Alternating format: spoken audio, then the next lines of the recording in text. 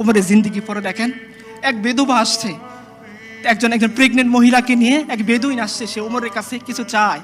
তারও আস্তে আস্তে রাত হয়ে গেছে, সে তাঁবুর মধ্যে অপেক্ষা করতেছে, আর ওদিকে তার স্ত্রী প্রসব বেদনা শুরু হয়ে গেছে, কাঁদতেছে এই বেদুইন বসে। এখন সে কি করবে, একা তো তার কিছু করার নাই, এই মহিলাকে সে কিভাবে সামলাবে, কিভাবে ওইখান থেকে মদিনার কাছে যাবে।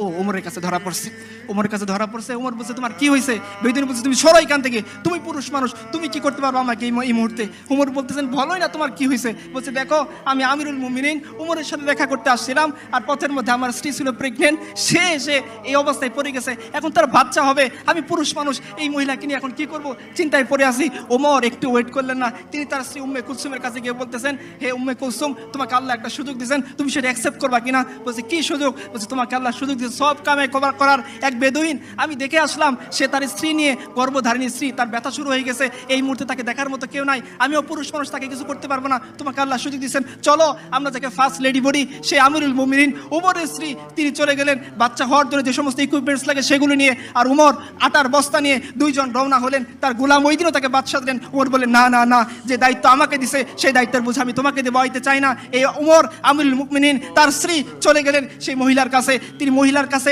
তার স্ত্রীকে পাঠাই দিলেন, আর নিজে আমিরুল মুমিনিন উমর রাদিয়াল্লাহু আনহু তিনি খাবার রান্না করতে বসে গেলেন। একটু পর যখন বাচ্চা হইল, ওইখান থেকে বেদুইনের সামনে উমরের স্ত্রী ভিতর থেকে ঘোষণা দিল, হে আমিরুল মুমিনিন, বেদুইনকে বলেন তার ছেলে হয়েছে। বেদুইন এতক্ষণ উমরের পাশে বসেছিল, একটু পরে সে সরে গেল। উমর বলছে, না না, তুমি সরো না, তুমি যে আর্গুমেন্ট নিয়ে উমরের কাছে আসছিলা, হতভাগা উমর তোমার সামনে তুমি যা কিছু বলতে চাও এখন বলো, কি আমাদের দিন উমরকে তুমি অপরাধী সাব্যস্ত করো না।